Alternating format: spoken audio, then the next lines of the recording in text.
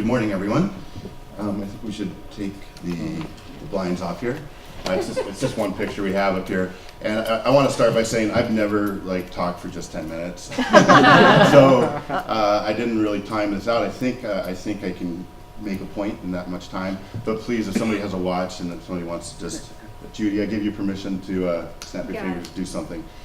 It's really inspirational to be here with you. It was funny when Nicole was interviewing me and she was asking what was I doing in high school? What was I driven by? And I realized that a lot of it was, I can't say really came from the heart. For me, it was I was in Boy Scouts and I did I worked at a homeless shelter. But in terms of having that vision for the next generation, it really wasn't there for me until I was in college.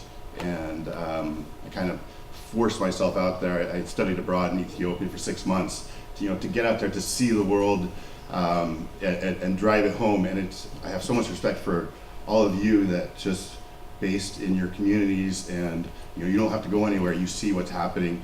That you're making that difference. So kudos to you. Anyway, my story I'm going to start with is basically twofold. One is about where our company comes from. My grandfather. What drove him, and then also we have this wonderful legacy that he left us, and so what are we doing to take that into the 21st century? So first of all, just how many people here are familiar with our soaps? Okay, so so I don't really need to tell you what they do, but I think it was a great introduction. My family goes back to Germany to 1858 when my great-great-grandfather got his first license to make soap under the guild system. He was called a soap boiler, and he worked really hard. He built a factory in Heilbronn, Germany. His son also became a master soap maker. He had another factory, and my grandfather as well. He became a soap maker, master chemist is what they called it. Well, we were Jewish, and so as you can imagine, saw the writing on the wall. My grandfather left. He actually left a lot earlier in 1929. He came to America. He settled in Chicago. He was basically living on the roof of a YMCA, just designing patents, kind of worked his way a little bit in the industry.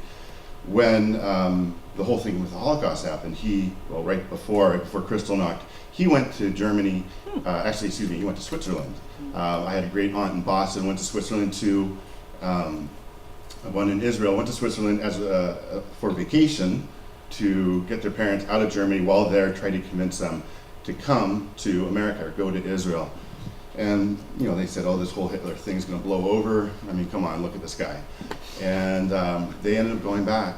And my grandfather was here in the States, and the last letter he ever got from his father was completely blacked out because it was censored. It came from one of the camps with only 3 words that were legible, and that was, "You were right." And so he never heard from him again. So at that moment, my grandfather decides he's going to stop doing consulting work, and he's just going to go on a mission for truth and a mission of peace. So he decides to create what he called the moral ABC. And that was a way in which you could break down, basically breaking down religious barriers. Acknowledging similarities, recognizing differences, but creating something that would allow people of various faith traditions to come together and recognize that we are one and we must unite, or else something like the Holocaust could happen again. Well, he started talking in street corners, and on street corners in Pershing Square, and he moved on to soapboxes, and people were listening to him. He moved into auditoriums. See the 5-minute mark. All right. And when people would come to listen to him, he gave them a small bottle of soap, and that soap had no label on it. The soap became so popular, people were coming, taking the soap, and leaving without listening to him speak. So that's when he put his whole message on the bottle, as you see right here. And at the time, before this happened, by the way, my grandfather had these ideas. He was actually put in a mental hospital because they thought he was crazy. That's why I say that the line between madness and genius is very thin indeed. And that was actually before he hitchhiked to California, started this. Anyhow, at the time, my people were telling him, look, just call it mint glow. Okay, just put a leaf on it. Like, don't put all these crazy words on it. He violated every single tenet of label design. And, you know, in the early days, it was really slow going.